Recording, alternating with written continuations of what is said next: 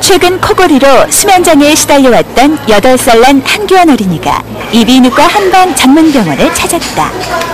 규원이는 수면장애로 항상 낮 활동이 나른하고 멍한 상태가 많았다는데, 여행을 갈 때나 할 때, 기차를 탈 때나 할 때 코를 너무 성인처럼 심하게 구니까 사람들이 깜짝깜짝 놀라더라고요. 아니, 아이가 저렇게 코를 심하게 구나. 또 본인도 잠잘 때 자고 일어나면 좀 개운하지도 않고 항상 피곤해 있고 애가. 그래서 저는 운동도 시켜갖고 했는데 사실 그게 원인이 아니라 코를 너무 심하게 구니까 자지를 못하니까 숙면을 못 취하니까 애가 좀 힘들어하고 그러더라고요, 낮에.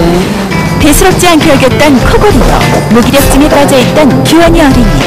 엄마와 함께 진료실로 향하는데, 규원이의 귓속과 목구멍을 촬영해보니 붉게 부어올라 한눈에도 알 수 있듯 그리 상태가 좋지 않고, 그래도 예전에 비해 좋아진 상태라니 그동안의 고생을 알만하다.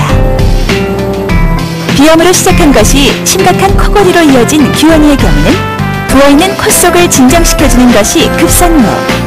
그런 규원이에게 원장님은 면봉 치료와 혀를 자극하는 2층 치료를 하는데, 현재 규원이의 상태는 어떨까? 코점막이 만성적으로 부어서 만성 비염 상태에 있고, 2차적으로 그 영향으로 고개 편도가 굉장히 커져 있습니다. 고개 편도 정도 그 영향으로 아데노이드까지 비대가 되어 있어서 호흡할 때 공기가 통할 수 있는 통로가 굉장히 좁아져 있어요. 그래서 공기가 흐름으로 그 좁아진 통로를 흐를 때 그 주변 조직이 떨려서 코골이가 오는 것이죠. 보통 어린이 코골이의 원인은 이렇게 아데노이드나 편도 쪽으로 종괴 쪽이 와서 그렇게 오는 경우가 대부분 많습니다.